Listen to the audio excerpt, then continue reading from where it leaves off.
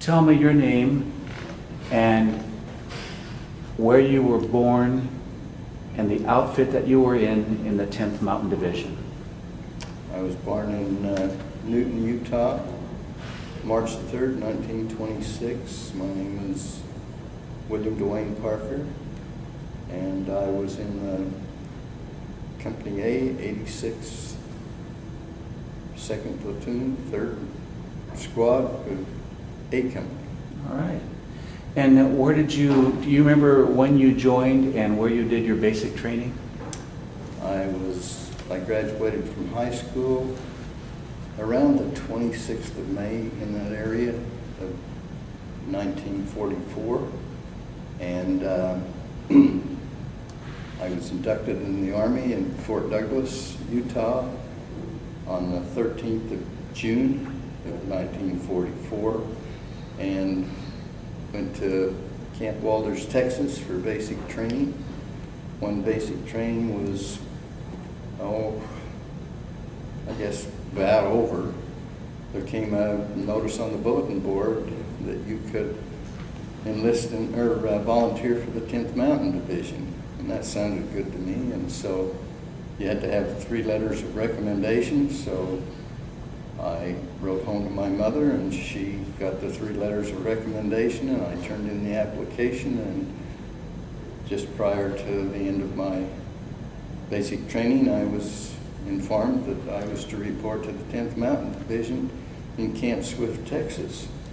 And I knew they were in Camp Swift because when I was traveling on troop train from Fort Douglas to Camp Walters, our troop train was on the same siding with troop trains from the 10th Mountain, and I talked to some of those people, and they said they were going to Camp Swift for flatland maneuvers.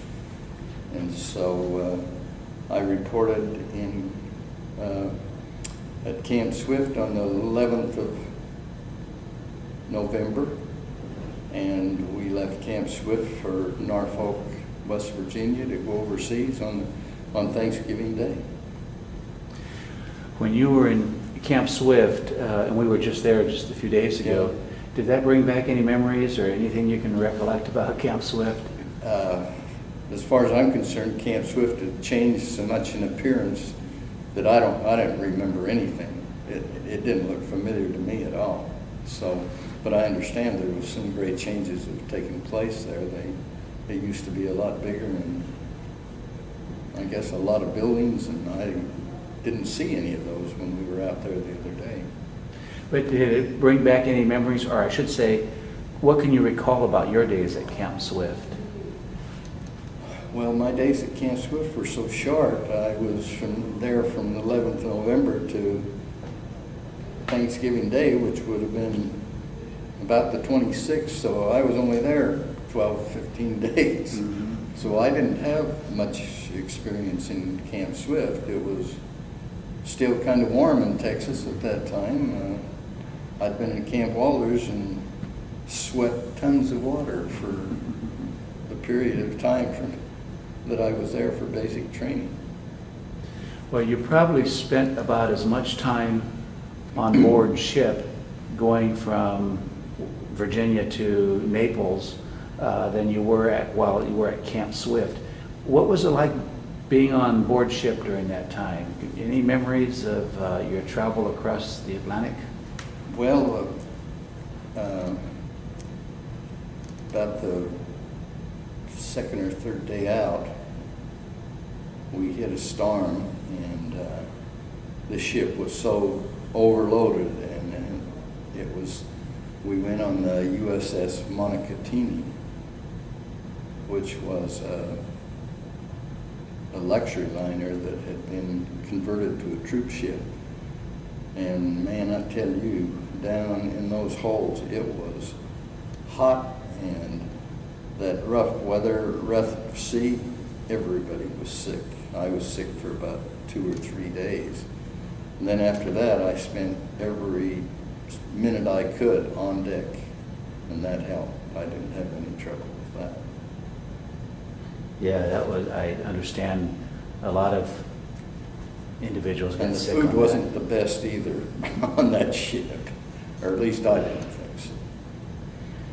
I know that the 10th then eventually went up to Riva Ridge, Belvedere area, and do you remember what it was like on that first day when you participated in that, or what? How did you participate in that first day? Well, we landed in Naples on, I think, the 23rd of December, and went from there up to Pisa, and then we went somewhere else up a little further above Pisa, and then we went online at Curciola on the 8th of January. And then, of course, so we weren't doing any fighting there. We were just, it was a holding situation. And then I think the attack on Riva Ridge was 21st or 22nd February, about in that area. Mm-hmm. And prior to that, they trucked us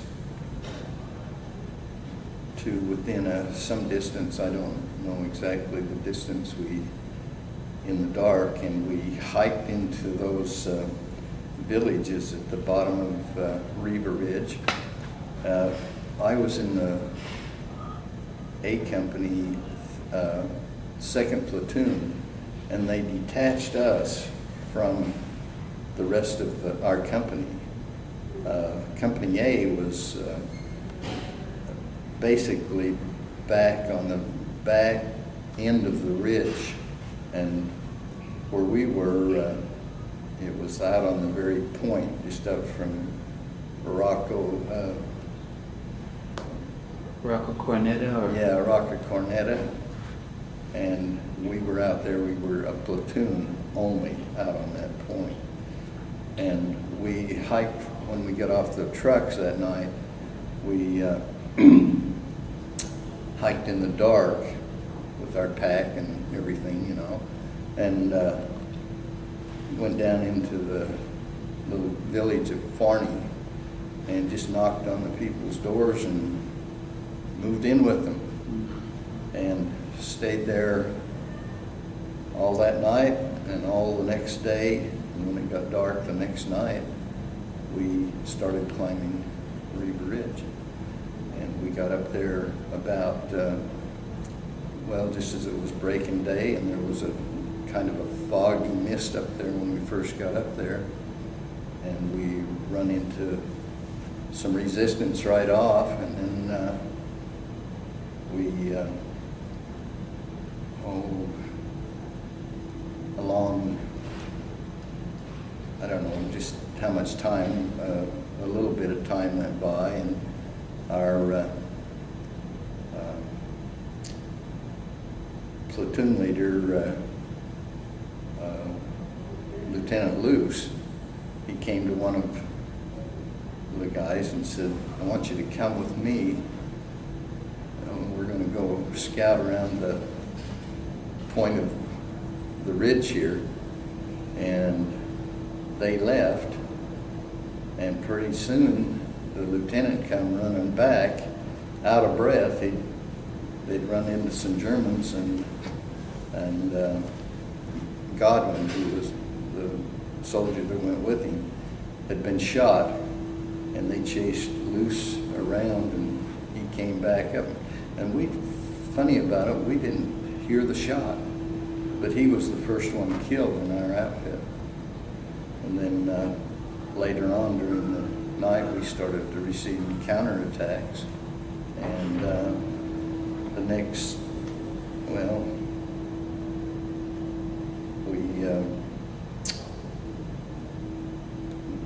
there was quite a bit of activity, and we had driven the Germans off, and they were trying to get back, because that was the key point of Riva Ridge, because that's where they had their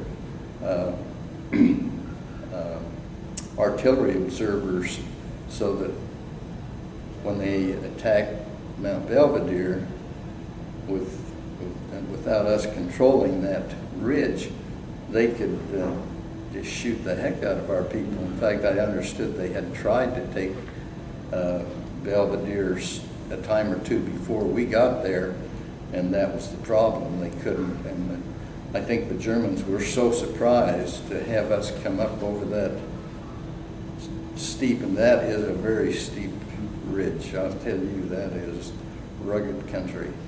And they were, I don't think they thought that that would ever happen.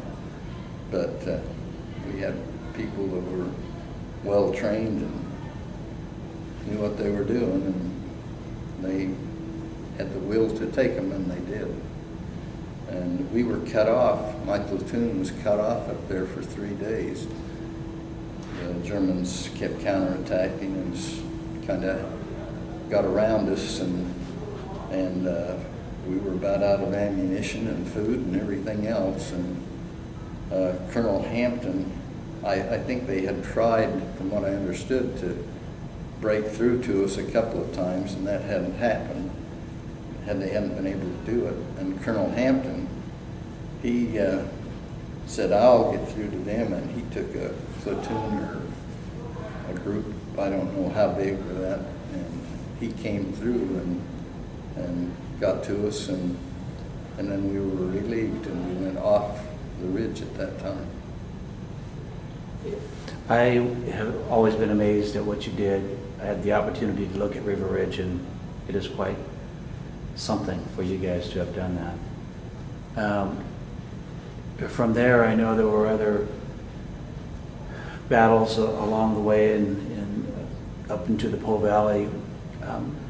Is there anything else that sticks out in your mind during that offensive there up into the Po? Well, I might say one more thing about Riva Ridge. We went back in '85. They had a reunion. It was 40 years after the end of the war. And my wife went with me. And we had the opportunity to walk from where the 8 Company was back on the far end of the ridge. Her and I hiked all the way across the top of that ridge over there and found the foxhole that I had when I was there. Wow. That was kind of interesting. Yeah, I'm sure. And we had it, and I'll tell you, I thought we were going to lose our lives getting off in there. It was so steep, and it was so, the grass and everything was slick, and we didn't have proper shoes to be doing what we were doing, or no ropes or nothing, you know. And sometimes we'd get to sliding down that ridge, and you just grab onto a vine or whatever to keep from losing complete control. My wife, I'm sure she thought she was going to die up there. But we made it down, but that was a real experience for us. Yeah, there was, and I can't name all the areas where we fought, but on the next time that we went on the offensive, it was on my 19th birthday, the 3rd of March, and we pushed off, and we had a lot of constant battle from then on for it seemed like a week or two. And that day on my birthday, that was when Toger Toko, the world champion ski jumper, was in our platoon. And the day he was killed, he and Takola was carrying 2 bazooka rounds, and he got hit with shrapnel, and it set off those 2 bazooka rounds, and it killed both of them. And I was just down on the side of the ridge from where they were, and Tokol's helmet rolled down the hill right to where I was. And then just shortly after that, I heard that Tokola had been killed up there on the top of the ridge. But that day, I started 7 foxholes that day. We just move, and as soon as you stop, you start digging in, because you don't know how long you're going to be there.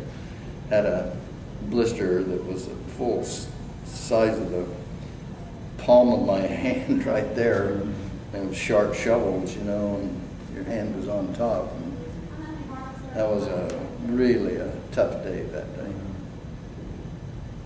Yeah, that's something very memorable for your 19th birthday. And yeah, I remember my 19th birthday very well. I had another experience along while we were in that course of battles along through there. One day I was told to take a message up to one of the other officers up on another part of the ridge or draw, and as I was going up this draw, all of a sudden I heard this whirling sound, and I looked up, and here come an artillery shell going end over end. I guess it hit a tree and didn't go off, but it disturbed its trajectory. I hit the ground, and that thing landed just right so close. So that was pretty lucky. yeah, because otherwise you wouldn't have heard it. And No. yeah. And then I didn't go to the Po Valley. When we got off the line from that series of encounters, I had developed a hernia, and I was sent back to the 33rd General Hospital in Lakeharn and had a hernia operation. So I missed the Po Valley. I didn't join the backup with the outfit until the war was over. And when you rejoined him, were you still in Italy, or? Yes, we were up on the border of Switzerland and Yugoslavia, up in the Alps there. You probably developed some real close bonds with some of your other Foxhole buddies. And does anyone stick out in particular? I know you mentioned some people you lost, but are any other names? Oh, everyone in Company A. We have, to this day, we have I don't know, it's a close relationship, I'll tell you, very close. Oh golly, the captain, our company commander, Bill Needner, names keep slipping my mind. And he was terrific, and Lieutenant Luce, I think every man in that platoon would have followed him anywhere he wanted to go, because he was gutsy and cared and was a great leader. And most of the fellows were just that way. I had a close friend from Utah, Dale Archibald. We shared foxholes. I had a friend that I developed from Lubbock, Texas, and he and I shared foxholes and just close relationships forever. I could name just about every person in the platoon, and the relationships are all the same. It's just, and our wives, since the war ended and we've been having these reunions, they've developed the same kind of camaraderie as the fellows have, and it's just, this has been the most disappointing reunion, because we've had so few here. Our company has usually had more than any other company in the outfit at these reunions. And of course, the low numbers, we may have had more this time, but I'm not sure. I never did find out for sure just what the counts were, but we only had, there was 11 of us here this time. And that's the lowest number. I was disappointed in the numbers. But we've had a lot die, and I guess that's time's coming to all of us. But And I think that's another reason why I really appreciate you spending this time to record this, so that this will live forever, and we want others to be able to know what that was like. Can you tell us what you did after the war? What did you do after the war? oh, went home and went to work. My father died when I was 15, and my mother, I always felt needed help. I had two younger brothers, and I went to Utah State University for a quarter, and I decided, oh, I've got to make money. And that was the dumbest thing I ever did in my life, was not stay in school. But I felt I needed to help her. I should have stayed in school. And after that, when I was only home 3 days, and man had a grocery store in the town. He wanted me to come to work for him, and so I needed a job, and I learned to cut meat. I was cutting meat. He had a locker plant. I cut meat and that for his locker plant. I was with him about a couple of years, and then we run a milk route, a home delivery milk route. We bought the milk from the dairy and delivered it, did all the collecting and everything, and financed it. Did that for, I don't know, a couple of years, I guess, 3 years. Then I went to work for Continental Baking Company, Wonder Bread. Mm-hmm. And I worked for them for 5.5 years. And then I went to work for Gerber Baby Food as a sales representative. I worked for them for 34 years, retired from them